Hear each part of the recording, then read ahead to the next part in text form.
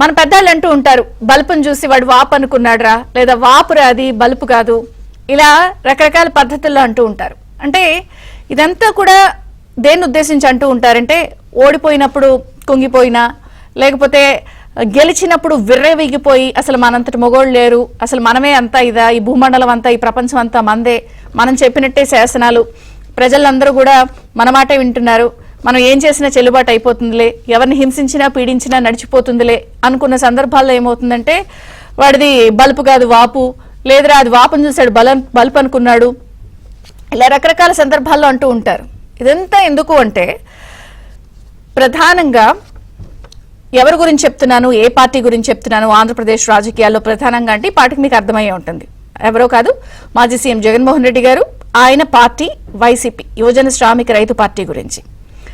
ఎందుకు అనంటే జనరల్గా ఓర్పు, స్ఫూర్తి, గంభీరత, నాయకత్వం ఇవి ప్రధానంగా ఉన్నప్పుడే ఆ నాయకత్వ లక్షణాలు కనిపిస్తూ ఉంటాయి. అవి ఒక పార్టీని లీడ్ చేయాలన్నా, ప్రజల్లోకి వెళ్లాలన్నా ఖచ్చితంగా ఒక ఓర్పు, ఒక అంశాల పట్ల గంభీరత, స్పష్టత, నాయకత్వ లక్షణాలు ఇవన్నీ ఉట్టిపడినప్పుడు, కలిపి కలబోసి ఉన్నప్పుడే ఆ పార్టీ ప్రజల్లో మన్ననలు అందుకుంటుంది.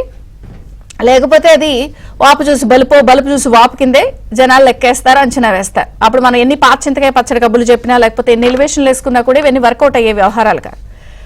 ఎందుకు ఇంత స్పష్టంగా ఈ రోజే ఇదంతా కూడా ఎందుకు మాట్లాడుతున్నానంటే, ఆంధ్రప్రదేశ్ రాజకీయాల్లో ఖచ్చితంగా టీడీపీ గురించి కానీ, జనసేన గురించి కానీ మాట్లాడుకుంటూనే వైసీపీ పార్టీ గురించి కూడా మాట్లాడుకోవాల్సిన పరిస్థితి ఉంది.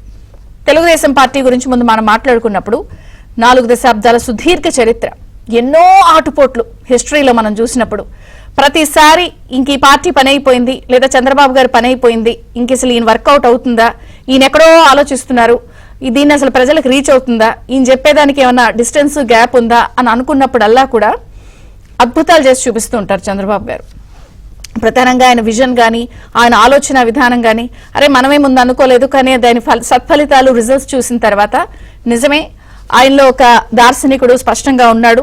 పార్టీకి ఎన్నో ఆటుపోట్లు వచ్చినప్పటికీ కూడా క్యాడర్, కార్యకర్తలు ముఖ్యం అనుకుంటూనే ఆయన ఒకటటువంటి ఓర్పు, స్ఫూర్తి, గంభీరత, నాయకత్వ లక్షణాలు నేను ఓపెనింగ్ లో చెప్పినట్టు ఇవన్నీ స్పష్టంగా ఆయనలో కనిపిస్తూ ఉంటాయి. ఎన్నో అంతెందుకు గత 5 ఏళ్ల ట్రాక్ రికార్డే తీసుకుంటే సరే, మరి బాగా పాత హిస్టరీలోకి వెళ్ళకపోయినా గత 5 ఏళ్ల ట్రాక్ రికార్డ్ తీసుకున్నప్పుడు స్వయాన ఆయన్ని 53 రోజులు జైల్లో పెట్టేస్తే అసలు ఇంకా అయిపోయింది, అసలు టీడీపీ పని అయిపోయింది, అధ్యక్షుడు కూడా జైల్లోకి వెళ్ళిపోయాడు, అసలు వీళ్ళు ఎలక్షన్ చేయగలరా, ఇంత రకాలుగా అటు లీడర్లని, క్యాడర్లని, మాజీ ఎమ్మెల్యేలని, మంత్రుల్ని అందరినీ కూడా రకరకాల పద్ధతుల్లో ఇబ్బందులు పెడుతూ, జైళ్లు పెడుతూ, కేసులు పెడుతూ, ఒత్తిళ్లకు గురి చేస్తూ ఇలా ఉన్న టైంలో అసలు కనీసం ఒక దశలో అయితే వైనాట్ కుప్పం అన్నారు, కుప్పం కూడా ఈయన పని అయిపోయింది అన్నట్టుగా అసలు ఎట్లా మాట్లాడారు అంటే, ఏ స్థాయిలో మాట్లాడారంటే ప్రజలందరూ చూశారు. I don't want to repeat that. కానీ మనం ఒకటి తెలిస్తే దైవం ఒకటి తెలుస్తుంది అన్నట్టు ప్రజలు అన్ని చూస్తారు, అన్ని అంచనా వేస్తారు. ఈ రోజు తెలుగుదేశం పార్టీ ఏ స్థాయిలో ఉంది, 4 దశాబ్దాల తర్వాత కూడా, మళ్ళీ ముఖ్యమంత్రి గారు అయిన తర్వాత కూడా ఆయన మళ్ళీ అదే 2047 విజన్, అభివృద్ధి, పోలవరం నిధులు సమకూర్చే విషయంలో కేంద్రంతో చక్కగా సర్దుబాటు వ్యవహారం, ₹1 తీసుకొచ్చి రాష్ట్రాన్ని అభివృద్ధి చేయాలనే ఆకాంక్ష, పోలవరం, నిన్న కూడా మనం చూసాం అమరావతి విషయంలో సుదీర్ఘమైన చర్చ జరిగి ఇప్పటికే దానికి సంబంధించిన టెండర్ల ప్రక్రియ, పనుల ప్రక్రియ కేంద్రం కూడా చెప్పింది, ఇచ్చే డబ్బు ₹1 కూడా ఏపీకి సంబంధించిన వ్యవహారం కాదు, అంతా తాము చూసుకుంటామని. ఇంకొక పక్కన తప్పు చేస్తే తాట తీసేస్తామని చెప్పి కూడా అసెంబ్లీలో చెప్పారు. శాంతి భద్రతలకు విఘాతం కలిగిస్తే ఉపేక్షించమని చెప్పారు. ఎక్కడికక్కడ అన్ని సర్దుబాటు చేసుకుంటూ గాడిని పెట్టే ప్రయత్నం చేస్తోంది టీడీపీ. ఈ జనసేన విషయానికి వద్దాం. కూటమిలో మరొక భాగస్వామ్య పార్టీ 2014లో ఇంకొక 2 రోజుల తర్వాత వాళ్ళ ఆవిర్భావ దినోత్సవం కూడా వస్తుంది. సో ఎక్కడి నుంచి ఎక్కడికి వచ్చింది ఆ పార్టీ కూడా చాలా క్లియర్ కట్ గా ఆ పోరాట స్ఫూర్తి, జనసేన అధ్యక్షుడు డిప్యూటీ సీఎం పోరాట స్ఫూర్తి చాలా క్రిస్టల్ క్లియర్ గా కనిపించింది. ఫస్ట్ లో పార్టీ పెట్టినప్పుడు సరే అలయన్స్ లో వెళ్ళినా, తర్వాత పోటీ చేసిన 139 స్థానాల్లో 1 స్థానం గెలిచి అది కూడా కోల్పోయినా కూడా నెరవక బెరవక తానేంటో చేసుకుంటూ తాను అనుకున్న లక్ష్యాన్ని టార్గెట్ గా పెట్టుకుంటూ 20-30 సంవత్సరాలు రాజకీయం చేయడానికి వచ్చాను, పర్వాలేదు, ఒడిదుడుకులుంటాయి, పార్టీ పెట్టడం అంటే నడపడం అంటే అంత కష్టమా, సాధ్యమయ్యే వ్యవహారాలు కాదు, ఓర్పుతో ఉండాలి, నాకు వదిలేంటి, స్ట్రాటజీ అంటే ఎలా ఉంటుందో ఏంటో నేను చూపిస్తాను, ఇలా ప్రతి విషయంలో ఎక్కడ నెరవక బెరవక ఆ పార్టీని, తర్వాత మొన్న పోటీ చేసినటువంటి ఏ స్థానాలు అయితే పూర్తిగా పోటీ చేశారు 21 స్థానాలు 100% స్ట్రైక్ రేట్తో 100కు 100 స్థాయి అన్నట్టు గెలుచుకుని ఇప్పుడు మళ్ళీ ఇంకొక 2 రోజుల్లో ఆవిర్భావ దినోత్సవాన్ని చేసుకుంటూ ఈరోజు డిప్యూటీ సీఎం స్థాయిలో నిలబడ్డారు. మరి మూడో పార్టీ వాపు చూసి బలుపా బలుపు చూసి వాపా అని ప్రజలు అనుకుంటున్న టైంలో అసలు మనంత చోడు లేడు మనమే అసలు ఎత్తితే మొగోళం కాదన్నట్టు మాట్లాడినటువంటి లాంగ్వేజ్లో ఈరోజు ఎలా ఉంది? 4 రోజులు ఎలహంకలో ఉంటారు, అసెంబ్లీకి రారు, ఆయన 10 మంది ఉన్న సభ్యులను ఎల్లనివ్వరు, తల్లి చెల్లితో ఉన్నటువంటి వ్యవహారాల్లో ఆస్తి వ్యవహారాల్లో అటు ఎన్సిటిఎల్లో కేసులు ఇలా ఒకటా రెండా కనీసం ఇష్టం వచ్చినట్టు ప్రవర్తించి ఉసిగొలిపిన క్యాడర్ పై కేసులు నమోదవుతుంటే కాపాడుకోలేని పరిస్థితి. ఆందోళనలకు పిలిపిస్తారు, ఆయన రారు, ఎలహంకలో ఉంటారు. అంటే ఎట్లా ఉన్న పరిస్థితి నుంచి ఎట్లా అంటే ఒక స్థాయిలో ఇది ఎలా ఉంది అంటే ఎవరినో ఇంకా అక్కసు ప్రదర్శిస్తూ వీళ్ళు కార్పొరేటర్కి ఎక్కువ ఎమ్మెల్యేకి తక్కువ అన్నప్పుడు అసలు పెట్టిన పార్టీయే అది ఆయన పార్టీ కాదు. మార్చి 11 2011లో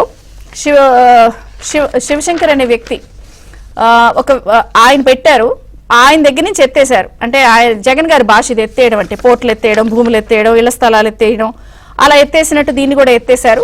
మొత్తానికైతే మరి ఈ స్థాయిలో అటు జనసేన టీడీపీ స్ఫూర్తిదాయకంగా ఓర్పు గంభీరతతో వెళ్తూ ఉంటే కనీసం ఈరోజు ఆవిర్భావ దినోత్సవం అవి కూడా జరుపుకోలేని పరిస్థితిలో ఒక మాజీ సీఎం ఉండడాన్ని ఎలా చూడాలి? ఇక బిచారణ ఎత్తేయడమేని అందరూ ఎందుకు మాట్లాడుకో. మొత్తానికి ఆంధ్రప్రదేశ్ రాజకీయాల్లో 3 ప్రాంతీయ పార్టీలది భిన్నమైన శైలి అయినప్పటికీ కూడా ఒక 2 పార్టీలు మాత్రం అధికారంతో ఉంటూ ఆటుపోట్లని సవరించుకుంటూ ప్రజల మన్ననలు పొందుతుంటే ఇష్టం వచ్చినట్టు ప్రవర్తించిన పార్టీ అధపాతాళానికి వెళ్ళిపోయి కనీసం ఆవిర్భావ వేడుకలను కూడా చేసుకోలేని పరిస్థితికి ఎందుకు వచ్చింది? చర్చిద్దాం. బిచారణ ఎత్తేయడమే అని ఎందుకు అంటున్నారు అంతా మాట్లాడదాం. పొలిటికల్ అనలిస్ట్ డివి శ్రీనివాస్ గారు జాయిన్ అయ్యారు. టీడీపీ నుంచి మాజీ మంత్రి కేఎస్ జవహర్ గారు, జనసేన నుంచి లీగల్ సెల్ మెంబర్ శాంతి ప్రసాద్ గారు. అందరికీ స్వాగతం అండి. డివి శ్రీనివాస్ గారు, మీతో ప్రారంభిస్తాను. మీరు సుదీర్ఘంగా చూస్తున్నారు, టీడీపీని చూశారు సుదీర్ఘంగా, మీరు పనిచేశారు చంద్రబాబు గారితో. ఇన్ని చూసినప్పుడు టీడీపీ జనసేన 2 రోజుల్లో జనసేన ఆవిర్భావం ఉంది, ఇవాళ వీళ్ళు కనీసం జెండా ఎగరేస్తారంటారా ఆయన ఎలహంక నుంచి వచ్చి? ముందుగా ఏబిఎన్ వీక్షకులకు, మీకు ప్యానల్ మిత్రులకు అందరికీ గుడ్ మార్నింగ్. జెండా ఎగరేయటమా, జెండా పీకేయడమా, ఇవాళ జగన్మోహన్ రెడ్డి ముందు ఉన్నటువంటి అంశాలు. ఫార్మేషన్ డే అంటే అదొక ఉత్సాహం. ప్రాంతీయ పార్టీలకు ముఖ్యంగా ఫార్మేషన్ డే అనేది ఇవాళ ఊపిరి అన్నమాట. 14 ఏళ్ల ప్రస్థానంలో జగన్మోహన్ రెడ్డి కనీసం 4 సార్లు ఎగరేయలేదు. ఏది ఫార్మేషన్ డే నాడు సజ్జలతో ఎగరేపిస్తాడు, లేకపోతే మేకపాటి రాజమోహన్ రెడ్డితో ఎగరేస్తారు. అంటే ఇవాళ తన జెండా కూడా తను గర్వంగా నిలబెట్టి చూపించలేకపోతున్నాడంటే ఈ రోజైనా జగన్మోహన్ రెడ్డి జెండా ఎగరేస్తాడా? మనం చూసాం తెలుగుదేశం ఫార్మేషన్ డే ఎంత ఉత్సాహంగా జరుగుతుంది. అదేంటి, అది కార్యకర్తలకు ఒక పండుగ, ఒక దిశానిర్దేశం. పార్టీ గతంలో ఏం చేసింది, ఇప్పుడు ఏం చేసింది అనేది అటు బీఆర్ఎస్ అయినా ఇటు డిఎంకే అయినా ఆవిర్భావ దినోత్సవమే ఊపిరన్నమాట. అసలు నాయకుడికి 2 కాళ్ళు, ఒకటి నమ్మకం, ఇంకోటి ప్రజల్లో విశ్వాసం. ఈ 2 కాళ్ళు నరికేసుకున్నాడు జగన్మోహన్ రెడ్డి. అటు నమ్మకాన్ని కోల్పోయాడు, ఇటు ప్రజల్లో విశ్వాసాన్ని కోల్పోయాడు. తల్లిపై కేసు వేయడం ఈ ఫార్మేషన్ డే గిఫ్టా? ఎందుకంటే విజయమ్మపై కేసేసి ఇప్పటికే 4-5 నెలలు అవుతుంది. అక్టోబర్లోనో ఏమో వేసినట్టున్నాడు ఎన్సిఎల్టీలో. తల్లినే కోర్టు బోన్ ఎక్కిచ్చాడంటే ఇతను కార్యకర్తలకు ఇంకా ఏం సందేశం ఇస్తున్నాడు? మీ అమ్మలందరిపైన కూడా కేసులు వేయండి అనా? ఇవాళ జగన్మోహన్ రెడ్డి నమ్మకాన్ని కోల్పోవడమే కాదు, విశ్వాసాన్ని పూర్తిగా పోగొట్టుకున్న పరిస్థితుల్లో అటు పార్టీని నిలబెట్టుకోలేక, అంటే గతంలో ఉన్నటువంటి ఆ గౌరవ అధ్యక్షురాలు పదవి నుంచి ఆమెను తొలగించారు. ఎవరిని? విజయమ్మని. తల్లి చెల్లి 2 భుజాలు కాపు కాశారు జగన్మోహన్ రెడ్డి గెలుపులో. ఇవాళ జనంలో చర్చ ఏది, పవన్ కళ్యాణ్కి జగన్మోహన్ రెడ్డికి కంపారిజన్, జనసేనకి వైఎస్ఆర్ కాంగ్రెస్ పార్టీకి ఎంత వ్యత్యాసం. ఎందుకంటే 2 దగ్గర ఎంత మహా అయితే 3-4 ఏళ్ల తేడాతో ఒకేసారి 2 ఏళ్ల చిన్న పార్టీ, 3 ఏళ్ల చిన్న పార్టీ, 11 వాళ్ళు 14 వీళ్ళు. అంటే పవన్ కళ్యాణ్ ఎన్ని దెబ్బలు తిన్నాడు. ఇప్పుడు పవన్ కళ్యాణ్ ఇది సెకండ్ ఎలక్షన్ మాత్రమే. నువ్వు 3 ఎన్నికలకే 3 ముచ్చట ముగిసిందా? జగన్మోహన్ రెడ్డి మనం చూసాం 2014 ఎన్నికల్లో, తర్వాత 67 సీట్లు ఏమొచ్చాయి. 2019లో ప్రజలు నీకు పట్టం కట్టారు 151 సీట్లు. ఒక్క దెబ్బకి 2024లో పతనం 11 సీట్లలో. అంటే అటు ముఖ్యమంత్రిగా విఫలమయ్యాడు, ఇటు ప్రతిపక్ష నాయకుడిగా విఫలమవుతాడు, సభకి రావట్లేదు. మొన్న పయ్యావుల కేసు అసెంబ్లీలో మాట్లాడుతూ ఆ బడ్జెట్ రిప్లై మీద సమాధానము, విద్యార్థులు స్కూల్స్ నుంచి డ్రాప్ అవుట్, ఏది 4 లక్షల మంది డ్రాప్ అవుట్, వైసీపీ ఎమ్మెల్యేలు అసెంబ్లీ నుంచి డ్రాప్ అవుట్ అంట, ఎమ్మెల్సీలు శాసన మండలి నుంచి వాకౌట్ అన్నాడు. ఓకే, ఏంటి అసలు జగన్మోహన్ రెడ్డి ఇక్కడ డ్రాప్ అవుటా? అంటే ఇవాళ YSR Congress party middle drop చేస్తోందా అనిపిస్తోంది అనమాట. అతను సీరియస్నెస్ లేదమ్మా. ఏది ఒక నాన్ సీరియస్ పొలిటీషియన్గా 9 నెలలు అయింది. 9 నెలల్లో జగన్మోహన్ రెడ్డి ఎన్ని నెలలు ఉన్నాడు ఆంధ్రప్రదేశ్లో? 8 నెలల్లో ఎలహంకలో ఉంటావా? ఒక్క నెల ఇక్కడ ముళ్ళ మీద ఉన్నట్టుగా నువ్వు ఈ 9 నెలల్లో కాలక్షేపం చేసావంటే, ఇవాళ ఫీజు పోరు ఏదో పిలిపించాడు ఈ రోజే. ఆవిర్భావ దినోత్సవం నాడు ఆందోళన ఏంటమ్మా? పార్టీ ఆవిర్భావం నాడు ఎవరైనా ఆందోళనకు పిలిపిస్తారా? అది సెలబ్రేషన్ మోడ్ ఏ పార్టీకైనా. అంటే ఏంటి, జనం రారనా? ఆవిర్భావ దినోత్సవానికి జనం రారు కాబట్టి ఇట్లన్నా కొద్దిమంది పిల్లల్ని పోగేసుకుందాం. అసలు ఎగ్జామ్స్ టైంలో పెడతమే తప్పని చెప్పి అదొక విమర్శ. వాళ్ళతో ఆడుకుంటారా, వాళ్ళతో రాజకీయం చేస్తారా అని. అది ఇతను పెండింగ్ పెట్టిన బకాయిలే. ఏది నిన్న లిస్టు చదివారు, ఎంత 4271 కోట్ల ఫీజుల బకాయిలు అంటూ ఆ మొత్తం ఈయన పెండింగ్ పెట్టాడు. 2023-24లో ఒక కిస్తీ ఇచ్చాడంట, 3 కిస్తీలు ఎగ్గొట్టాడు. ఆ 3 కిస్తీలు ఇవ్వమని మరి ఈయన ధర్నా చేయటం ఏ విధంగా సహేతుకం? చిక్కీలకు కూడా 60 కోట్లు పెండింగ్ అంట. మొన్న మిర్చి రైతులది కూడా అదే. మిర్చి రైతులకి మిర్చి ధర 7,000కి జీవో ఇచ్చింది అతనేదో ఇవాళ మిర్చి రైతుల కోసం ధర్నా అంటాడు. 3 ఆందోళనలు చేశాడు ఇప్పుడు ఈ 9 నెలల్లో. 3 ఆందోళనలో ఒక దాంట్లో అన్న పాల్గొన్నాడా? విద్యుత్, రైతు పోరు, ఇప్పుడు పిల్లలది. అంటే నువ్వు ముందుండి ధర్నాల్లో పాల్గొనకపోతే, నువ్వు ముందుండి పార్టీని నడిపించకపోతే ఇంకా నిన్నెవరు నమ్ముతారు? కార్యకర్తలు నీ వెంట ఎలా నడుస్తారు? ఇవాళ సొంత బంధువు బాలినేని శ్రీనివాసరెడ్డి ఉన్నాడా? అవును. అంటే ఈ ఫార్మేషన్ డే గిఫ్ట్లో ఇవన్నీనా? తల్లిపై కేసు, సొంత బంధువు బాలినేని జనసేనలో చేరడం. జగన్మోహన్ రెడ్డి ఇవాళ ఒక ఫెయిల్యూర్ లీడర్గా, ఒక ఫెయిల్యూర్ పొలిటీషియన్గా మిగిలిపోయాడు. ఒక ఫెయిల్యూర్ సన్గా, ఒక ఫెయిల్యూర్ బ్రదర్గా. ఇంత విఫల నాయకుడిని దేశ చరిత్రలో చూడలేదు. టీడీపీ నుంచి మాజీ మంత్రి జవహర్ గారు ఉన్నారు. నమస్తే అండి, బ్రేక్ఫాస్ట్ న్యూస్ కి స్వాగతం. అసలు గత 5 సంవత్సరాలు మేము బేవచ్చం చేసేసాం, పాలించాం, అసలు జనాలే మమ్మల్ని ఓడగొట్టారు. అసలు మేము ఓడిపోలేదు, ఈవీఎంలు ఓడగొట్టాయి, మాకు ఇంకా 40% ఉంది అని మిమ్మల్ని అన్నారు ప్రెస్ మీట్లు పెట్టి. అసలు మీది గెలుపే గెలుపు కాదు, ఇవన్నీ ఈవీఎంలు అని చెప్పి ఇప్పటికీ కూడా వాళ్ళ సోషల్ మీడియాలో వాటిల్లో అంటారు. పోనీ సరే అన్నప్పుడు కనీసం ప్రజల్లోకి వచ్చి జెండా ఎగరేసి ఇదిగో ఇది మా రేంజ్ అని చెప్పి ఒక వేడుక చేసుకునే పరిస్థితి కూడా లేని స్థితిలో ఉండి మిమ్మల్ని అసలు అయిపోయింది అన్నారు ఒక దశలో. ఎట్లా చూస్తారు మీరు? 5 ఏళ్ళు, గత 5 సంవత్సరం వైనాట్ కుప్ప అన్నారు అసలు మిమ్మల్ని. మీ అధ్యక్షుడిని జైల్లో పెట్టారు. గుడ్ మార్నింగ్ విజయచంద్ర గారు, అదేవిధంగా శ్రీనివాస్ గారికి, ప్రసాద్ గారికి కూడా గుడ్ మార్నింగ్. ఈరోజు ఎందుకంటే తెలుగుదేశం పార్టీ ఆవిర్భావం నుంచి ఈ రోజు వరకు జరిగినటువంటి సంఘటనలు, సీక్వెన్స్లు అన్ని కూడా మీరు వివరంగా చెప్పారు. ఎందుకంటే పడిపోయిన చోటే తిరిగి లేవడం అనేది అలవాటు అయిపోయినటువంటి సందర్భం. కానీ దాంతో పాటుగా వైనాట్ కుప్పం నుంచి వైనాట్ 175 దాకా మేము ఎదిగిన తీరు కానీ ఈ రోజు 164 వచ్చాయంటే ఇంకా 11 అనేది పెద్ద ఇది కాదు, మార్క్. అసలు మీకు 23 వచ్చినప్పుడు ఎక్కడ 151 అసలు అంత జంపు కొట్టగలరా? అవును, మనం కూడా ప్రైవేట్ సందర్భంలో 6 రెట్లు 7 రెట్లు మీరు ఎలా పెరుగుతారని మీరు కూడా అడిగారు, 5 రెట్లు ఎలా పెరుగుతారని అడిగిన సందర్భం కూడా మనం మాట్లాడుకున్న సందర్భాలు ఉన్నాయి.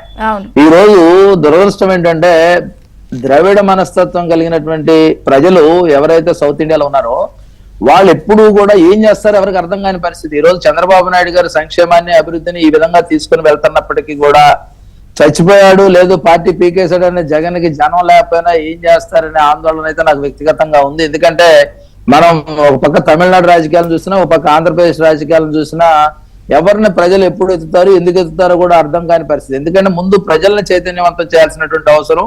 వినాశనం, విధ్వంసం ఏ విధంగా జరిగింది, ఆ విధ్వంసాన్ని ప్రజలకు పదే పదే గుర్తు చేసి మళ్ళీ తిరిగి ఆ పొయ్యిలో పడకండి. మీకు ఈ ప్రభుత్వాలు ఏదైతే కూటమి ప్రభుత్వం మీకు చూపిస్తున్నటువంటి శాంతి భద్రతల విషయంలో కానీ, అదే విధంగా చూపిస్తున్నటువంటి పరిశ్రమల అభివృద్ధి విషయంలో కానీ, పరిశ్రమల స్థాపన విషయంలో కానీ, ఉపాధి, విద్యా అవకాశాల గురించి కూడా ఖచ్చితంగా పదే పదే చెప్పాల్సినటువంటి అవసరం అయితే ఈ ప్రజలకి ఉందని అయితే నేను మీ ద్వారా తెలియజేస్తా ఉన్నాను. ఎందుకంటే నేను అవుట్ రైట్ గా, ఎందుకంటే జగన్ అయిపోయాడు లేకపోతే ఇంక జగన్ జెండా పీకేశాడు ఇంకోటి చేశాడు అనే దానికన్నా కూడా ప్రజల్ని పదే పదే అప్రమత్తం చేస్తే తప్ప ఈ ప్రజలు తిరిగి తెలుగుదేశం కూటమికి అధికారంలో తీసుకురావడానికి సిద్ధంగా ఉంటారనే విషయం చెప్పాల్సినటువంటి అవసరం ఉంది.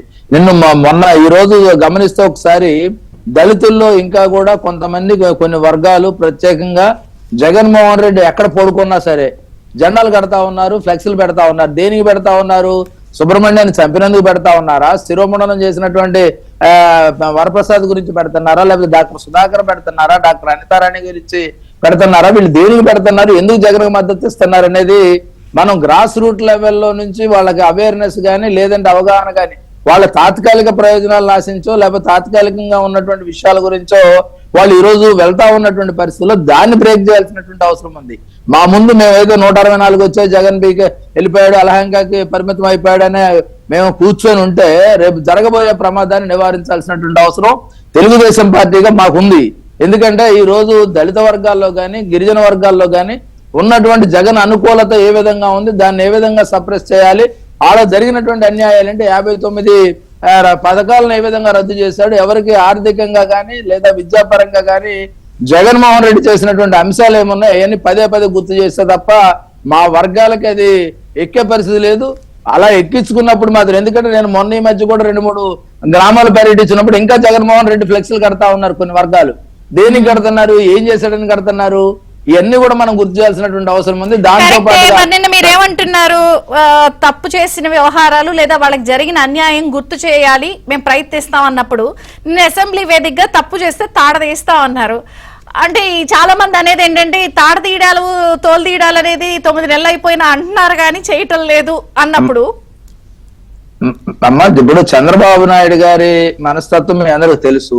ఆయన ప్రతీకారం కన్నా కూడా పాలన మీద దృష్టి పెట్టినటువంటి పరిస్థితి. తాట తెస్తామంటే ఇక జరగబోయేవి ఏవి జరగకుండా ఒక భద్రత, ఒక విశ్వాసం, ఒక నమ్మకం ప్రజలకు కల్పించాల్సినటువంటి బాధ్యత గురించే చంద్రబాబు నాయుడు గారు ఆ విధంగా మాట్లాడారు. ఎందుకంటే ఈ రాష్ట్రంలో మహిళల పట్ల కానీ దళితుల పట్ల కానీ గిరిజనుల పట్ల కానీ బలహీన వర్గాల పట్ల కానీ మిగతా వర్గాలకు ఉన్నటువంటి ఏదైతే దాన్ని ఉందో ఆ విధంగా ఈ రోజు ఏ విధంగా అయితే రౌడీ రాజ్యం గతంలో నడిచిందో ఇక ముందు చెల్లవు, రాజకీయ పరమైన గూండాయిజాలు చెల్లవని చెప్తా ఉన్నారు. ఎందుకంటే ఆ అనంతబాబు సుబ్రహ్మణ్యాన్ని చంపి డోర్ డెలివరీ చేసినటువంటి సంఘటనలు ఇలాంటివన్నీ కూడా రాజకీయ ప్రేరేపిత దాడులు ఉండవు, ఎవరు ఉంచినా కానీ సహించవు, ఎవరినైనా తాట తీస్తామనేది చంద్రబాబు నాయుడు గారు చెప్తా ఉన్నారు. ఈ రోజు వాళ్ళు ఏమంటారు, యాసిడ్ దాడులు అఘాయిత్యాలు అన్ని జరుగుతున్నాయి, మరి వీళ్ళు ఈగలు గంజాయి డ్రగ్స్ ఇలాంటి పెట్టేసినా కూడా ఏం లేదు అని చెప్పి అల్లరి పెట్టి శాంతి భద్రతల విఘాతం కలిగించే ప్రయత్నం చేస్తున్నప్పుడు మీకు ఇబ్బంది కలిగించే ప్రయత్నం జరుగుతోంది కదా.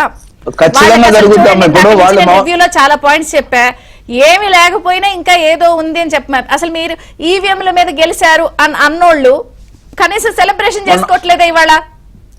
మొన్న బ్యాలెట్లు ఏమైందమ్మా, ఈవీఎంల మీద గెలిచారు ఒప్పుకుందాం, వాళ్ళ ప్రకారం మన బ్యాలెట్లు ఏమైంది పరిస్థితి, పోటీ చేయలేని పరిస్థితికి వచ్చారు. దొంగచాటుగా సపోర్ట్ చేసిన వాళ్ళకి ఓట్లు ఎన్ని వచ్చాయి, ఈరోజు తెలుగుదేశం పార్టీ కూటమికి ఎన్ని ఓట్లు వచ్చాయి అనేది అది క్లియర్ గా తెలిసిపోయింది కదా. అంటే బ్యాలెట్లు ద్వారానే కాకుండా ఏదైతే ఈవీఎంల ద్వారా కూడా గెలిచే సత్తా ఈ కూటమికి ఉందనేది జగన్మోహన్ రెడ్డి అర్థం చేసుకోవాలి. నేను ఎందుకు చెప్తున్నానంటే పదే పదే ఈ రోజు రాష్ట్రంలో శాంతి భద్రతల విషయంలో వాళ్ళు మాట్లాడే అర్హత వాళ్ళకి లేదు. నెంబర్ 1. నెంబర్ 2, స్విచ్ చేయడంతోనే కరెంట్ ఆగిపోవడం, ఫ్యాన్ ఆగిపోవడమో లైట్ ఆగిపోయేంత రాడికల్ చేంజెస్ ఏమి లేదు. మూలాలు ఎక్కడున్నాయి, గంజాయి కానీ ఏదైతే మద్యపానం కానీ దాని మూలాలను ఏ విధంగా మనం నాశనం చేస్తే తప్ప ఈ రాష్ట్రంలో ఈ విధమైనటువంటి ఆగడాలు ఆపడానికి ప్రయత్నం చేయాలి. అంతే తప్ప మూలాలు కనుక్కోకుండా చంద్రబాబు నాయుడు గారు రావడంతోనే వెంటనే స్విచ్ ఆఫ్ చేయడంతోనే ఫ్యాన్ ఆగిపోయినట్టు లేకపోతే ఇంకోటి ఆగిపోయినట్టు ఈ నేరాలు ఆగిపోతే నేనైతే అన్ను. ఈ నేరాలకు మూలంగా ఉన్నటువంటి వ్యవస్థ ఏదైతే ఉందో ఆ వ్యవస్థలో ఉన్నటువంటి వీటిని విషవృక్షాలన్నింటినీ కూడా పెరిగేయాల్సినటువంటి పరిస్థితి ఉంది. ఖచ్చితంగా ఆ ప్రయత్నం జరుగుతూ ఉంది. దానికోసం ఈగలు పెట్టారు, ఈరోజు శక్తి యాప్ పెట్టారు. దాంతో పాటుగా ఏదైతే గాంజాయి ధ్వంసం గురించి కూడా గతంలో నేను మినిస్టర్ గా ఉన్నప్పుడు కానీ గతంలో కూడా ఏదైతే మన సారా రహిత జిల్లాలను కూడా 10 జిల్లాలను చేసేసి నవోదయం కార్యక్రమం పెట్టాం. అదే విధంగా గాంజాయి ధ్వంసానికి వివిధ జిల్లాల నుంచి తీసుకొచ్చి అక్కడ లోకల్ ఇన్ఫ్లుయెన్స్ అవుతారు అధికారులు అనేసి వేరే జిల్లా వాళ్ళని తీసుకొచ్చి సోరింగ్ టైంలోనే మేము ధ్వంసం చేసినటువంటి చరిత్ర ఒకసారి గమనించాలని కోరుతా ఉన్నా. దాంతో పాటు ఇప్పుడు ఈ 9 నెలల కాలం కూడా గంజాయి మీద దృష్టి కానీ గంజాయి మీద కేసులు కానీ ఈ మూలాలు ఏదైతే నేరస్తులకి మూలాలుగా ఉన్నటువంటి ఉన్నాయో వాటన్నిటిని కూడా ఖచ్చితంగా మేము నాశనం చేసిన తర్వాత ఈ రాష్ట్రంలో శాంతి భద్రతల పునరుద్ధరణ అనేది జరుగుతుంది తప్ప 9 నెలల్లో యాసిడ్ దాడులు జరిగాయి, 9 నెలల్లోనే హత్యలు జరిగాయి. ఎన్ని జరిగాయి? జరిగేటటువంటి దానికి మూలం ఎక్కడ ఉంది? ఆ మూలాలను విధ్వంసం చేయడానికి మేము ఏం చేస్తా ఉన్నాం? మా ప్రయత్నాలు ఏంటి? ఈ ప్రయత్నాలు ప్రజలకు చేరుతున్నాయా లేదా, ప్రజల నుంచి కూడా అదే విధంగా వస్తుందా లేదా అనేది కూడా ఆలోచన చేయాలి. దాంతో పాటుగా ఏదైతే గంజాయి నాటుతున్నటువంటి గిరిజనులకి ప్రత్యామ్నాయ ఉపాధి అవకాశాలు ఆ రోజు ఆనందబాబు గారు కానీ నేను కానీ మంత్రులుగా ఉన్న సందర్భంలో ప్రత్యామ్నాయ ఉపాధి అవకాశాలు కల్పించడం కోసం ప్రయత్నం చేసి ఎస్సీ కార్పొరేషన్ ద్వారా, ఎస్టీ కార్పొరేషన్ ద్వారా వాళ్ళకి ప్రత్యామ్నాయ ఉపాధి అవకాశాలు కల్పించడం వల్ల ఈ రోజు అరకు కాఫీ కానీ, అరకు కాఫీ ఎక్కడి నుంచి వచ్చింది, ఎవరు ప్రమోట్ చేశారు? లవంగాలు కానీ లేదంటే అక్కడ ఉన్నటువంటి చెర్రీస్ కానీ ఇవన్నీ పండించేటటువంటి ఆ రోజు ఆనందబాబు గారు కానీ మేము కానీ ప్రత్యేకంగా శ్రద్ధ పెట్టి అవన్నీ చేసినందువల్ల అవన్నీ వచ్చి ప్రత్యామ్నాయ ఉపాధి అవకాశాలకు వెళ్తా ఉన్నారు. దానివల్ల గంజాయి సాగు తగ్గుతా ఉంది. ఈ రోజు పూర్తిగా ధ్వంసం చేయాలంటే దాని మీద దృష్టి పెట్టాల్సినటువంటి అవసరం ఉంది. జనసేన నుంచి లీగల్ సెల్ మెంబర్ శాంతి ప్రసాద్ గారు ఉన్నారు. నమస్తే అండి, బ్రేక్ఫాస్ట్ న్యూస్ కి స్వాగతం. సో మీ ప్రస్థానం చూసినప్పుడు ఫస్ట్ 139 ఒక స్థానం, ఆ తర్వాత పోటీ చేసిన 21 21 100% స్ట్రైక్ రేట్, ఇంకో 2 రోజుల్లో పిఠాపురంలో చాలా గ్రాండ్ గా సెలబ్రేషన్స్, అంటే ఒక్కొక్క మెట్టు వెళ్తున్నారు. కానీ ఆయన ఒక ప్రెస్ మీట్ పెట్టిన జగన్ గారు వీళ్ళు మీ మీద అక్కస్ ప్రదర్శిస్తూ కార్పొరేటర్ స్థాయికి ఎక్కువ అది ఇది అని అంటూనే మిమ్మల్ని కించపరిచిన వాళ్ళు పార్టీ కనీసం ఆవిర్భావం చేసుకోలేని పరిస్థితి. పోనీ సరే ఆయన భాషలో అనుకున్న కార్పొరేటర్ స్థాయి పార్టీ ఈ రోజు చక్కగా ప్రజల్ని పిలిచి అన్ని చెప్పి ఆవిర్భావం చేసుకుంటున్నారు. ఎలా అనిపిస్తుంది రెండో చూస్తున్నప్పుడు ఈ ప్రయాణం? నమస్తే అమ్మ విజయ్ చంద్ర, మీకు ప్యానల్లో ఉన్న పెద్దలకు నమస్కారం. ఇప్పుడు వైసీపీ అనేది ఒక అత్యాశతో, ఒక సానుభూతి రాజకీయాలతో, స్వార్థంతో ఎవడో పెట్టిన పార్టీలు లాక్కొని దాని ముందు కిరాయికి తీసుకుని తర్వాత కొనుక్కుని తర్వాత వాడిని గెంటేసి వచ్చిన పార్టీ అది. అది కాంగ్రెస్ నుంచి వచ్చిన వ్యక్తులు తప్ప అది దాని స్వతహాగా దానికి కింద స్థాయి నుంచి బలం లేదు. కాంగ్రెస్ నుంచి లాక్కున్న బలమే దాని బలం లేదు. తర్వాత కొంత తెలుగుదేశంలో ఉన్న వ్యక్తులు కూడా అందులో తీసుకోవడం జరిగింది. అలా వచ్చిన పార్టీ అది. అది ప్రజలు మొదట దాన్ని నమ్మలేదు. రాష్ట్ర విభజన తర్వాత ముందు వాళ్ళు చాలా విన్యాసాలు చేశారు. 18 సీట్లు పోటీ చేస్తే 16 ఇచ్చారు. దాంతో వాళ్ళు మాది బలు పరుకున్నారు. 67 స్థానాలు ఇచ్చారు. తర్వాత ఇప్పుడు 150 ఇచ్చి ఇప్పుడు 11 కూర్చోబెట్టారు. మనం గమనించాల్సింది ఏంటంటే జగన్ రెడ్డి అనేవాడు అసలు రాజకీయ నాయకుడే కాదు, కేవలం ఫక్తు వ్యాపారవేత్త. నాకేంటి నాకెంత అనే ఆలోచన తప్ప మీరు మీకేంటి మీ భవిష్యత్తు ఏంటి అనే ఆలోచన లేనివాడు. కాబట్టి అతను తన క్యాడర్ను దూరం చేసుకున్నాడు. 2019 ఎన్నికల తర్వాత వాలంటీర్లు పెట్టుకున్నాడు. ఈ రోజు ఆ వాలంటీర్లు కూడా శటకోపం పెట్టాడు. సగం మంది వాలంటీర్లతో రాజీనామా చేయించాడు. మిగతా సగం మందికి వాళ్ళ యొక్క దాన్ని కొనసాగించలేదు చివరి 3 నెలల్లో. సో వాళ్ళని ఆ రకంగా మోసం చేశాడు. అంటే ఎవరైతే నమ్ముకున్న యువత ఉందో ఆ యువతను మోసం చేశాడు. తనని 2019 ఎన్నికల్లో ఎవరైతే గెలిపించారో క్యాడర్, ఆ క్యాడర్ని మోసం చేశాడు. తనతో ఎవరైతే కుటుంబ సభ్యులు కానీ, బంధువులు కానీ, మిత్రులు కానీ ఒక రాష్ట్ర స్థాయి నాయకత్వంగా ఉన్నారో వాళ్ళందరి యొక్క విశ్వాసాన్ని కోల్పోయాడు. అతి ముఖ్యంగా కుటుంబానికి సంబంధించి తల్లి, చెల్లి, బాబాయ్ ఇట్లా వరుసగా చూసుకుంటే బంధువులు, ఇక అతని యొక్క క్యారెక్టర్ ఏంటో మనం చెప్పక్కర్లేదు. అటువంటి వ్యక్తి ఈ రోజు మీరు ఆవిర్భావ సభ జరుపుకుంటారని మీరు అంటున్నారు. కానీ ఆవిర్భావ సభ అనేది పెట్టింది ఎవరు? కె శివకుమార్. కె శివకుమార్ తెలుసు తన పార్టీ ఏ రోజు పుట్టిందో. ఇతనికేం తెలుసు? ఇతను ఆవిర్భావ సభ ఈ రోజు పెడుతున్నది అతను పెట్టిన పార్టీని కొనుక్కున్న రోజున, లేకపోతే ఆ పార్టీ ఆవిర్భవించిన రోజున? కాబట్టి వాళ్ళకి క్లారిటీ లేదు అక్కడ. ఇక మాకు వచ్చేటప్పటికి 14 మార్చి 2014 హైదరాబాద్ ఉమ్మడి రాజధాని అప్పుడు వేదికగా జనసేన పార్టీ ఆవిర్భావం జరిగింది. పవన్ కళ్యాణ్ ఒక పిడికడి మంది వ్యక్తులతో తన పార్టీ ప్రస్థానాన్ని మొదలుపెట్టాడు. ఈ రోజుకి ఏ రకంగా పడుతూ లేస్తూ ఎన్నో అవమానాలు ఎదుర్కొంటూ కూడా తను నిలబడి కలబడి ఒక రకంగా తిరిగి ఎదురొడ్డి దానికి తోడుగా జన సైనికులు కూడా యువత ఎంతో సాహసంగా పవన్ కళ్యాణ్ గారి వెనకాల, ఆయన సిద్ధాంతాల వెనకాల నడవటం వలన ఈరోజు కూటమి ప్రభుత్వ ఏర్పాటులో కూడా అతను కీలక భాగస్వామ్యం అవటం ఈ రోజు మరలా జగన్ రెడ్డి పతనానికి ఒక కారకుడయ్యాడు. ఎందుకంటే శపథం చేసి మరి జగన్ రెడ్డిని ఇప్పటో సభలో చెప్పాడు, జగన్ అనే మహిషాసురాన్ని కొమ్ములు విరుస్తానన్నాడు ఆ రోజు. కానీ మొన్న 24 ఎన్నికల ముందు జగన్ నిన్న అదపాటలు తొక్కుతానన్నాడు. చెప్పిన మాట నిలబెట్టుకున్నాడు. రాష్ట్ర ప్రజలు కూడా ఆ యొక్క శపథానికి ఆశీర్వదించారు. చంద్రబాబు నాయుడు గారి రాష్ట్రం కూడా చాలా తీవ్రంగా రాష్ట్రం అంతా వ్యతిరేకించింది. తర్వాత ఏర్పడిన కలయిక వల్ల ఈ రోజు రాష్ట్రం ఏ రీతిలో ఉందో సుభిక్షంగా ఉంది. ముందు రాష్ట్ర ప్రజలు గుండెల మీద చేసుకుని పడుకుంటున్నారు. లా అండ్ ఆర్డర్ అనేది శాంతి భద్రతలు ప్రశాంతంగా ఉన్నాయి. మా ఆస్తులు శుభ్రంగా ఉన్నాయి. మా ఆస్తుల మీద ఎవడు కన్నేయట్లేదు. మా ఆస్తులు మా చేతిలోనే ఉంటాయి. భవిష్యత్తులో కూడా మా పిల్లలు వాటిని అనుభవిస్తారని ధీమా ధైర్యంతో ఉన్నారు మొట్టమొదటిగా వాళ్ళు. కాబట్టి ఇప్పుడు నడుస్తున్న చరిత్ర అది. కానీ జగన్ రెడ్డి మీకన్నా ఎదిగిపోతున్నారు, వాళ్ళకన్నా మీరు ఎదిగిపోతున్నారు అని మిమ్మల్ని కించపరుస్తున్నారు కదా. అరే వీళ్ళు కార్పొరేటర్కి ఎక్కువ అని చెప్పి ఒక మానసిక ఆనందం పొందుతున్నారు కదా వాళ్ళు మిమ్మల్ని కించపరుస్తూ. ఒక సినిమాలో బ్రహ్మానందం డైలాగ్ ఉంటుందమ్మా, నీచులు ఎప్పుడు నీచంగానే ఆలోచిస్తారంటారు సరే.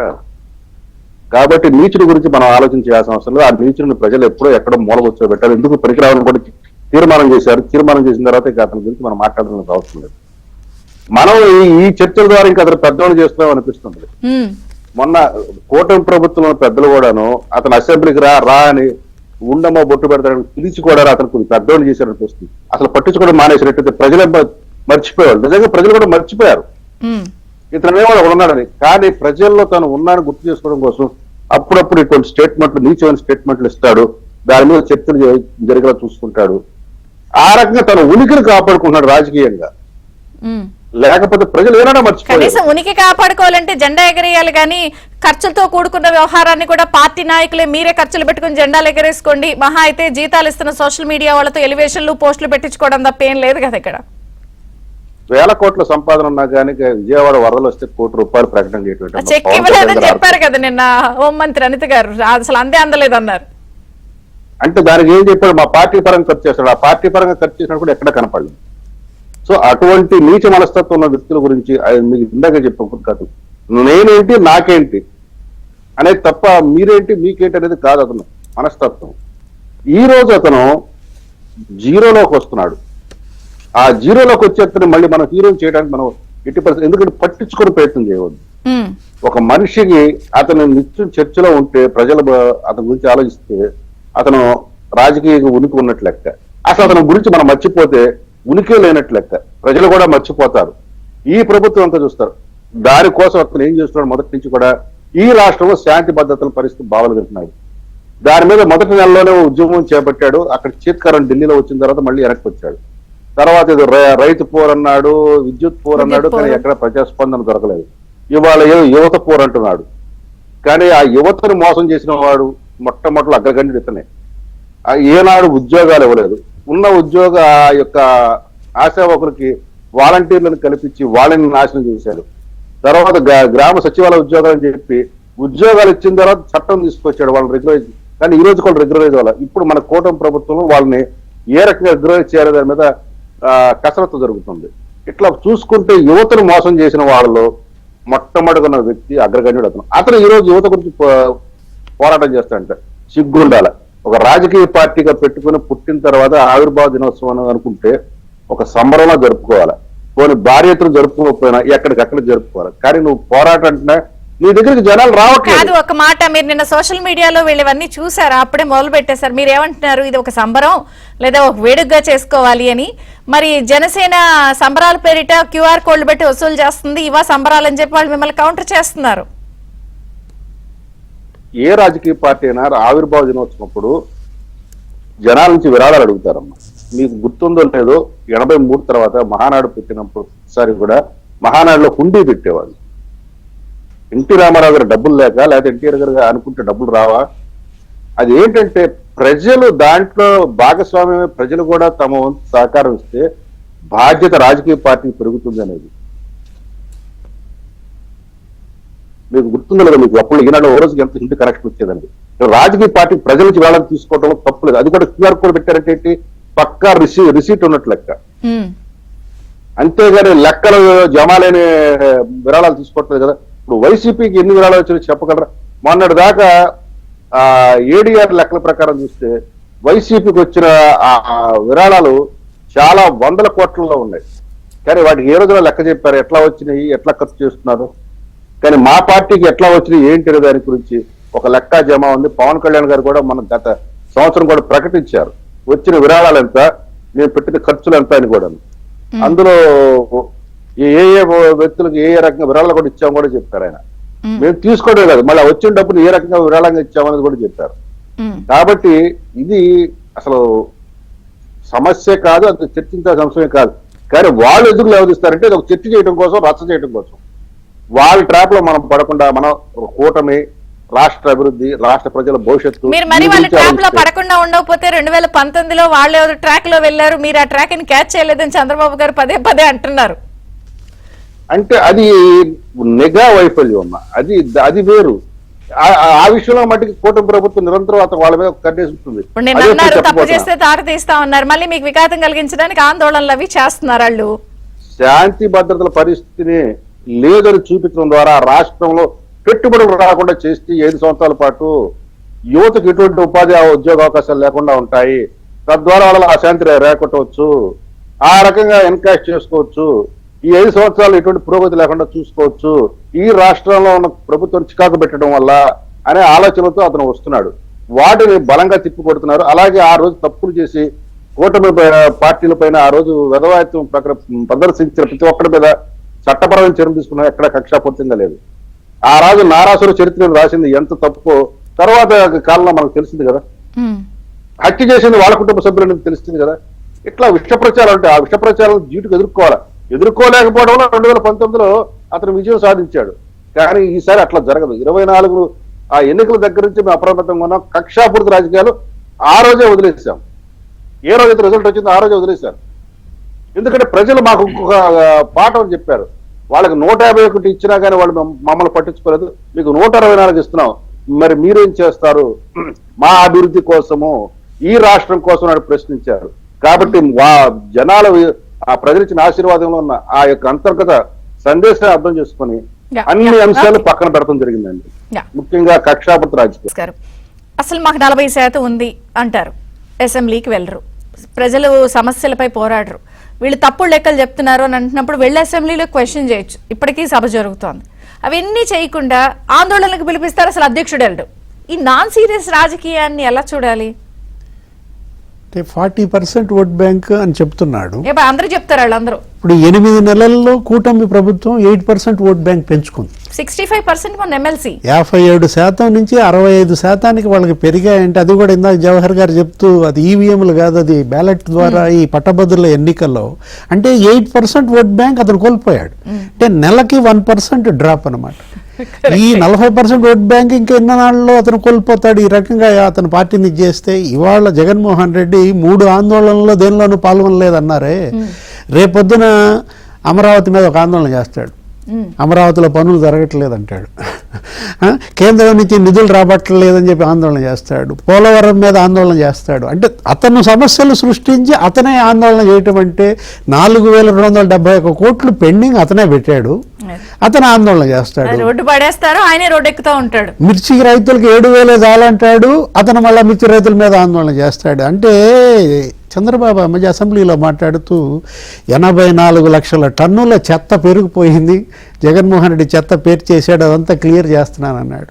మరి ఇంకెన్నాళ్ళు పట్టుద్దో ఈ చెత్త క్లియర్ చేయడానికి కూటమి ప్రభుత్వానికి? జవహర్ గారే చెప్పాలా?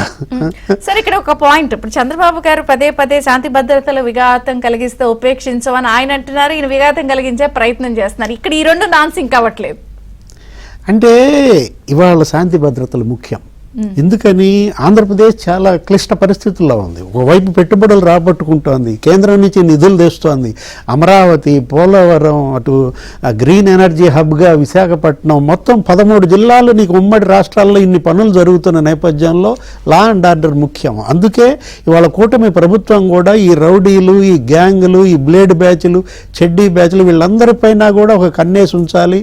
కుట్రలు ఇంకా రెడీగా ఉన్నాయి కాబట్టి మొన్న అసెంబ్లీలో కూడా అదే చర్చ జరిగింది. అయిపోయింది. అప్రమత్తంగా ఉండాలంటూ ఆ వివేక హత్య కేసు గురించి కూడా మాట్లాడిన పరిస్థితుల్లో మీరు బాధితులే నేను బాధితుడినే అంటూ డిప్యూటీ స్పీకర్తో ఆయన అనడం, జనమంతా బాధితులే అంటాం. ఏదైనా క్రైమ్ లో ఇన్నోవేషన్స్ వస్తాయి, కేర్ఫుల్ అంటున్నారు.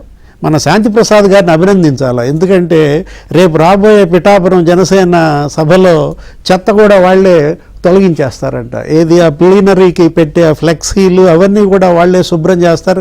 దానికి ఒక కమిటీ కూడా ఏర్పాటు చేశారు ఉదయ్ శ్రీనివాస్ ఆధ్వర్యంలో అనుకుంటాను. అది కదా ఇవాళ ఇన్నోవేషన్ అంటే. బాధ్యత, సామాజిక బాధ్యత ఇవాళ పవన్ కళ్యాణ్ ఎలా చూపిస్తున్నాడు, పోరాట పటిమ ఎలా చూపిస్తున్నాడు, అది జగన్మోహన్ రెడ్డి ఎలా కోల్పోయాడు, ఆ కంపారిజన్ ఈరోజు ప్రజల్లో చర్చ. జవహర్ గారు ఒక్క పాయింట్ ఇందాక మీరు అన్నారు ప్రజలన్నీ గమనిస్తున్నారు అండి, కానీ కొంత మీరు చెప్తున్న విషయాల్లో కొంత ఒకళ్ళిద్దరికి కాస్త సీరియస్ గా పనిష్మెంట్స్ లభిస్తేనో శిక్షలు పడితేనో ఇంకొంత మీరు చెప్పేదానికి అథెంటిసిటీ వస్తుంది. ఎందుకంటే ఇక్కడ ఆందోళనలో పిలుపునిస్తూ ఆందోళనలో ఆయన పార్టిసిపేట్ చేయడు సరే, గత 5 ఏళ్లు మీరు ఆందోళన పిలిపించినా మీరు వెళితే మిమ్మల్ని కనీసం రాళ్లు పడినా ఏం పడినా కేసులు కూడా నమోదు చేయలేని పరిస్థితి. ఇది అవతల వాళ్ళకి ప్రజాస్వామ్యం అన్నారు. అంటే నేను అనేది కొంత మీరు చెప్పిన దానికి ఇంకొంచెం సీరియస్నెస్ యాడ్ చేస్తే బాగుంటుందేమో అనేది ఒక చర్చ ఉంది. మా చంద్రబాబు నాయుడు గారు ప్రజాస్వామికవాది. ఆ ప్రజాస్వామికవాది అదే విధంగా ఆయనకి ఎప్పుడు కూడా మొదటి నుంచి కూడా ఈ నిర్మూలన సంస్కరణ ఈ రెండిట్లో చూసినప్పుడు సంస్కరణకే ఎక్కువ పెద్దపేట వేశారు తప్ప నిర్మూలనకి చాలా తక్కువ చూపించినటువంటి పరిస్థితి. ఎందుకంటే ఆ రోజు క్లైమర్ మైన్ పేలిన తర్వాత కూడా ఆ రోజు ఉన్నటువంటి నక్సలైట్ల మీద కానీ లేదంటే ఆ నక్సలిజం మీద కానీ ఆయన వైఖరి చాలా స్పష్టంగా ఉంది. అంతే తప్ప ఆయన ఎక్కడ ఎన్కౌంటర్స్ ప్రోత్సహించడం ఇంకోటి ఎక్కడ కూడా చేసినటువంటి పరిస్థితి లేదు. కానీ తర్వాత వచ్చినటువంటి రాజశేఖర రెడ్డి గారు ఒకసారి మనం గుర్తు చేసుకుంటే చర్చల పేరుతో పిలిచి నిర్మూలన కార్యక్రమం చేసేసి ఒక నమ్మకమైనటువంటి మోసాన్ని చేసినటువంటి పరిస్థితి నుంచి చంద్రబాబు నాయుడు గారి యొక్క పాలన నైపుణ్యాన్ని రెండింటిని కూడా మనం బేరీజ్ వేసుకోవడానికి లేదు. ఎందుకంటే చంద్రబాబు నాయుడు గారి ఆలోచనలన్నీ కూడా 2020 మీద ఏ విధంగా పెట్టేసి ఈరోజు హైదరాబాద్ అభివృద్ధిలో కానీ ఐటీ అభివృద్ధిలో కానీ ఏ విధంగా పెట్టారు, దానికి కేటాయించిన సమయం అంటే మరి 2047 పెద్ద దూరం హ్యాంగిల్ పెట్టుకున్నారు కానీ మధ్యలో 2029 అనేది ఒకటి ఉంది కదా. ఉండొచ్చు అండి, అది రాజకీయంగా 2029, అది రాష్ట్ర అభివృద్ధి 2047. ఎందుకంటే రెండింటికి చాలా తేడా ఉంది. 2029 లో మేము తిరిగి అధికారంలోకి వచ్చిన సందర్భంలోనే 2047 విజన్ అనేది సాధ్యమవుతుంది తప్ప మధ్యలో వచ్చేసి మేము అంతా ఏర్పాటు చేసింది పిచ్చుకలు వచ్చి పడగొట్టినట్టు లేకపోతే వీళ్ళు వచ్చి చేసినట్టు ఉండకూడదు అనేది కదా. ఈ రోజు మామూలు ఆ విధమైన నిర్మాణాలు చేయకూడదని ఒక పటిష్టమైన నిర్మాణం కోసం శాంతి భద్రతలతో పాటు రాష్ట్ర అభివృద్ధి మీద దృష్టి పెట్టాలంటే ఖచ్చితంగా శాంతి భద్రతలు కంట్రోల్లో ఉండాలి. అలా అని చెప్పేసి మన ఎన్కౌంటర్ చేసుకుంటానో ఇంకోటి చేసుకుంటానో కఠినమైన నిర్ణయాలంటే అది కాదమ్మా. ఇప్పుడు ఇమీడియట్ గా వాళ్ళు యాక్షన్ తీసుకొని ఇప్పుడు ఉదయానికి నిన్న ఒక పరువు హత్య ప్రణయ్ది అమృత ప్రణయ్ విషయంలో 6 సంవత్సరాలు పట్టింది. అలా కాకుండా స్లాగ్నెస్ లేకుండా త్వరితగతిన కేసుల పరిష్కారం, నిందితులకు శిక్షలు ఈ విధంగా చేసుకుంటూ వెళ్ళాలి. దానికి సహకారం ఇప్పుడు ఒకసారి మనం చూస్తే బోరుగడ్డ అనిల్ ఇష్యూ చూసుకోండి, పోలీసుల వైఖరి ఎలా ఉంది, ఇంకా మారలేదు వాళ్ళ అధికారులు. ఈ రోజు వాళ్ళు ఇమీడియట్ గా వాళ్ళు ఫేక్ సర్టిఫికేట్ కొంత తాట తీస్తామన్న డైలాగ్ ని సీరియస్నెస్ ఎగ్జిక్యూషన్ లేకపోతే మళ్ళీ ఇలాగే ఉంటాయి కదా. గతంలో నేను చంద్రబాబు నాయుడు గారు నేను బడేటి బుజ్జి గారు ఇద్దరం ఒక సందర్భంలో కలిసినప్పుడు సార్ అధికారులు ఎలా ఉంటున్నారు ఇలా చేస్తున్నారు సార్, వాళ్ళు ఏం చేయలేదంటే ఆయన ఏమనంటే ఉన్న వాళ్ళలోనే ఏదో కాస్త కూస్త మంచి వాళ్ళని ఎన్నుకోవాలి తప్ప నీకు అచ్చం మంచోళ్ళు కావాలంటే ఎవరో దొరికే పరిస్థితి కనపడతలేదు, నా పరిస్థితి అలా ఉందని గతంలో కూడా ఆయన ఆవేదన వ్యక్తం చేశారు. ఈ రోజు ఒకేసారి ఐపీఎస్లు ఐఏఎస్లు ఒకేసారి ఆ మైండ్ సెట్ నుంచి జగన్కి అనుకూలంగా ఉన్న మైండ్ సెట్ నుంచి మాకు అనుకూలంగా వస్తారని మేమైతే అనుకోవట్లేదు. కొంచెం టైం పట్టుద్ది ఖచ్చితంగా. ఎందుకంటే ఇందాకే చెప్పాను, స్విచ్ చేయటంతోనేనో స్విచ్ ఆఫ్ చేయడంతోనే ఆగే ప్రక్రియ కాదు ఇది. ఎందుకంటే గ్రాస్ రూట్ లెవెల్లో ఉన్నటువంటి వ్యవస్థలన్నింటిని ఇప్పుడు పెట్టుకోవాలి. దాంతో పాటు 9 నెలలు అయింది, 60 నెలలు 9 నెలలు ఇంకా 51 రెడీగా ఉన్నాయని చెప్పి చంద్రబాబు కూడా అంటున్నారు. కుట్రలు రెడీగా ఉంటాయి ఎప్పుడు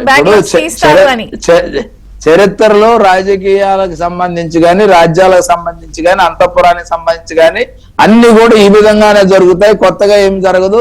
వీళ్ళంతా ఒకేసారి మంచోళ్ళు అయిపోయి ఏ కుట్రలు లేకుండా చేస్తారని మనం ఎలా అనుకుంటాం. వాళ్ళ కుట్రపూరితమైనటువంటి, ఎందుకంటే కుటుంబంలోనే బాబాయిని హత్య చేస్తే తప్ప రాజకీయ మనుగడ లేదు, నారావారి రక్త చరిత్ర అనే ఒక టైటిల్ ఇస్తే తప్ప అధికారం రాదని ఒక ఆలోచన ఉన్నోళ్ళు ఇప్పుడు మనకెలా సహకరిస్తారు? వాళ్ళు సహకరించరు. ఎప్పుడు కూడా రాక్షసులు రక్తం పోయడానికి చూస్తారు, యజ్ఞాల మీద యాగాల మీద. దాన్ని మనం పోయకుండా పైన కుండల బాగా కొట్టమా, ఏం చేయాలి, లేకపోతే సేఫ్ సైడ్ ఏం చేయాలని మేము ఆలోచన చేయాలి.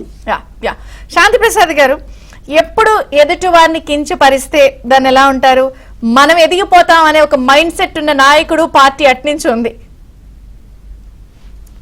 ఎదుటి వారిని ఎప్పుడు అంటే ఇప్పుడు మిమ్మల్ని పదే పదే ఎలక్షన్స్ లో జరిగి రిజల్ట్ వచ్చినా కూడా స్టిల్ మీరు అన్నారు లేదంటే ఆ స్టేట్మెంట్ ఇచ్చి వార్తల్లో ఉండడానికి ప్రయత్నిస్తారని అన్నప్పటికీ కూడా ఇంకా కించపరిస్తే మనం ఎదుగుతామనే మైండ్ సెట్ అక్కడ. మీరు ఒక విషయం గమనించారా లేదు, చంద్రబాబు నాయుడు గారు కానీ లేదు నారా లోకేష్ గారు విమర్శిస్తే తెలుగుదేశం క్యాడర్ కూడా అసలు పట్టుకుని మానేశారు జగన్ రెడ్డిని. కొంత పవన్ కళ్యాణ్ గారిని విమర్శిస్తే జన సైనికులు కొంత యువకులు కాబట్టి ఆవేశపరంగా స్పందిస్తారు, తద్వారా వార్తల్లో ఉండొచ్చు అనే కోణంలో అతను ఇటు మాట్లాడుతున్నారు. మేము కూడా అంతేనండి, అతనికి కేవలం పబ్లిసిటీ పిచ్చేది లేదంటే కానీ అసలు అతనికే ఉంది. భానుమతి గారి పాట పిచ్చి పిచ్చి పిచ్చి రకరకాల పిచ్చి, ఏ పిచ్చి లేదనుకుంటే రచ్చమైన పిచ్చి అని. కాబట్టి ఇతని గురించి నేను పట్టించుకోదలుచుకోలేదు, రాష్ట్రం కూడా పట్టించుకోవడం మానేసింది ప్రజలు కూడా. అతను అది దానికి మొన్న జరిగిన ఎన్నికలు కూడా ఉదాహరణ. సరే ఇక అది అక్కడికి వదిలేస్తే అతను ఈ రాష్ట్రంలో శాంతి భద్రతల పరిస్థితి తీవ్రమైన విఘాతం కలిగించాలనుకుంటున్నాడు. దాన్ని బట్టి కొనసాగించలేమో ఈ కూటమి ప్రభుత్వంలో. ఒకటైతే చెప్తున్నాము, చంద్రబాబు నాయుడు గారు 2025 అన్నప్పుడు 2020 అన్న విజన్ అన్నప్పుడు ఆ రోజు అర్థం చేసుకో. కానీ ఈ రోజు హైదరాబాద్ తో పాటు సైబరాబాద్ వచ్చిన తర్వాత దాని యొక్క ఎఫెక్ట్ ఏంటనేది మనం చూసాం. ఈ రోజు మన ఆ తెలుగు యువతకి కేంద్ర స్థానంగా ఉద్యోగ ఉపాధికి ఆ సైబరాబాద్ ఇప్పుడు నిలవటం మనం గమనించాం. కాబట్టి ఇప్పుడు 2047 అనేది కూడాను అమరావతికి సంబంధించి, ఆంధ్ర రాష్ట్రానికి సంబంధించి ఆ రకమైన ఉద్దానం కోసం జరుగుతున్న ఆలోచనలు. మీరు చెప్పే 2029 అనేది కేవలం ఇందాక జవహర్ గారు చెప్పినట్టు రాజకీయం కోసం చేసేది. పవన్ కళ్యాణ్ గారు స్పష్టంగా చెప్పారు, ఈ కూటమి ప్రభుత్వం 15 ఏళ్ల పాటు స్థిరంగా ఉంటే ఖచ్చితంగా ఉంటుందని కూడా ఆయన హామీ ఇచ్చారు. రాష్ట్ర ప్రజలు చాలా సౌభిక్షంగా ఉంటారు, రాష్ట్రం పురోగామి రాష్ట్రంగా వెళుతుంది, భారతదేశంలో నెంబర్ 1 గా వస్తుంది. అన్నిటికన్నా నేను పదే ఎందుకంటున్నానంటే నిన్న కూడా సిఆర్డీఏ ఆమోదం పొందింది. 37,000 కోట్ల రూపాయల అమరావతి పనులు, ఈ టెండర్లు ఇవి కేబినెట్ లో ఈ నెల 17వ తేదీన ఆమోదం పొందుతాయి. కానీ ఏదో ఒక కొత్త కుట్రకోణంతో వచ్చినప్పుడు ఒక అన్రెస్ట్ క్రియేట్ అవుతుంటే ఇది మాటలకే పరిమితం కదా. అంటే చేతలు అంటే మేము ఫిజికల్ గా వాళ్ళు ఏం సీరియస్ గా పడితే ఎవరికన్నా అంటే మీ ఉద్దేశం అమరావతిలో రేపు 32,000 కోట్ల పన్నుల్లో అయిన పైపులు అయిన ఎత్తుకుపోతారనా? ఏమో అన్ని చూసే ఉంటాం కదా కళ్ళ ముందు. ఆల్రెడీ రోడ్లు వేశారు, కంకర కూడా వెళ్ళిపోయారు. అదే ఇప్పుడు బోరుగడ్డ అంశంలో ఏం జరిగిందో చూసాము. పోసాను చట్టం తన పని చేసుకుంటూ వెళ్ళిపోతున్నాము. జోగి రమేష్ ఈ రోజు ఎందుకు సైలెంట్ అయిపోయాడు, పేటి నాని ఎందుకు సైలెంట్ అయిపోయాడు, కొడాలి నాని ఎందుకు కనపడతలేదు, రేపు రోజారాణి మీద కూడాను రేపు మొదలవుతున్నాయి. చట్టం అయితే తన పని తను చేసుకుంటే అవినీతిపై ఏసీబీ విచారణ ఇప్పటికే ప్రకటించింది కదా ప్రభుత్వం. మేము ఏంటంటే వివక్షాపూర్తిగా కక్షాపూర్తిగా పోం. ఎందుకంటే వివక్ష చూపిస్తే రాష్ట్ర ప్రజలు కూడా మెచ్చుకోరు. కానీ రాష్ట్ర ప్రజలు గమనం తీసుకుంటూ వారి ఆశీర్వాదాన్ని నిత్య స్ఫూర్తిగా తీసుకుంటూ వాళ్ళ అనుగుణంగా వెళుతూ రాష్ట్రాన్ని అభివృద్ధి చేసి వాళ్ళని కూడా అభివృద్ధి చేస్తే రాష్ట్ర ప్రజలు ఆశీర్వదిస్తారు. మేము ఆ దిశగా వెళ్తున్నాం. ఆ దిశగా వెళ్లకుండా మా యొక్క దృష్టిని మా వరచడానికి జగన్ రెడ్డి ప్రయత్నం చేస్తాడు. దాన్ని మేము కొనసాగమేమో, అసలు మేము పట్టించుకోము. ప్రజలు కూడా పట్టించుకోవడం మానేశారు. మీ మీడియా కూడా అతని గురించి చర్చ చేయడం మానేస్తే అసలు మనిషి అని కూడా ఉన్నాడు లేడు అరే మేము ఏకపక్షంగా ఉంటామా? మేమేదో మీకో వాళ్ళకో ఉండం కదా. అందరికి అసలు రాష్ట్రంలో ఏం జరుగుతుందో తెలియజేసే పాత్ర మాది. మీరు రాష్ట్రంలో ఉన్న సమస్యలు మీరు ప్రతిపక్షంగా ఎత్తి చూపండి. నేను అందుకే అన్ని అడుగుతున్నాను. ఇంకా వాళ్ళ సోషల్ మీడియాలో కాకుండా నేను ఇంకా గట్టిగా అడుగుతున్నాను మిమ్మల్ని. అసలు నిన్న మొన్న అయితే కాలేజీల్లో వాటిల్లో కూడా స్టూడెంట్స్ కొట్టుకుంటున్నారు, ఇలా తప్పు చేస్తున్నారు, తాట తీస్తారని ఎలా సమర్థించుకుంటున్నారు అన్న చర్చ కూడా ఉంది. మరి దానికి మీరు ఆన్సర్ చేయలేదు ఇందా నుంచి. నేను గట్టిగానే అడుగుతున్నా. కాలేజీల్లో స్టూడెంట్స్ లో కొట్టుకుంటున్నారు కదా, ఆ వీడియోలన్నీ బయటకు వస్తున్నాయి కదా. ఇవి కొంత వ్యక్తిగత సమస్యల మీద కొట్టుకుంటారు, కొంత ఏంటంటే కొన్ని చెడు అలవాటు పడిన వాళ్ళు ఉంటారు. అవి ఏ ప్రభుత్వంలో జరిగేవే, వాటిని గట్టిగా ఐరన్ హ్యాండ్ తో మటుకి కట్టెలు జరుగుతుంది. ఒకటి అరా ఇన్సిడెంట్లు ఈరోజు సోషల్ మీడియా రావడం వల్ల విస్తృత ప్రచారం వస్తే రావచ్చు. అదే మళ్ళీ మళ్ళీ బ్రహ్మాండం చెప్పాలి, తిప్పి అంటారు సరే, అట్లాగా తిప్పి చూపిస్తే అదే నిత్యం జరుగుతున్నట్టు అనుకుంటారు. కాలేజీలు అంటే నిన్న SRM కాలేజీలో చంద్రబాబు వెళ్ళారు. అక్కడ విద్యార్థులను ఉద్దేశించి ఆయన చేసిన ప్రసంగం ఎలా ఉంది? అదే జగన్మోహన్ రెడ్డి నంద్యాలలో అమ్మఒడి వేయడానికి వెళ్ళి అక్కడ విద్యార్థులను ఉద్దేశించి చేసిన ప్రసంగం ఎలా అవన్నీ ఉంది? పెళ్లిళ్ళ పిల్లల గురించి ఎంట్రీ కూడా పీక్కోలేరనేమో ముఖ్యమంత్రి. మాట్లాడారు. అంటే one family one entrepreneur, 2.4 trillion dollars ఇట్లా ఎకానమీ, మాట్లాడుతున్నారు. 50 లక్షల తలసరి ఆదాయం, విద్యార్థులకు ఒక దిశానిర్దేశం. ఉన్నత విద్యా సంస్థలను నేను తీసుకొస్తా, చదువుకోవడానికి మీరు సిద్ధమా అని ముఖ్యమంత్రి అంటున్నాడంటే అది కదా ఇవాళ ఈ ప్రభుత్వం. ప్రజలన్నీ గమనిస్తారు. జ్ఞాపక శక్తి తక్కువ అనుకుంటారు కానీ ప్రజలకే చాలా జ్ఞాపక శక్తి ఎక్కువ. ఎనీవేస్ థ్యాంక్ యూ శ్రీనివాస్ గారు, జవహర్ గారు, శాంతి ప్రసాద్ గారు, థ్యాంక్ యూ. ఇది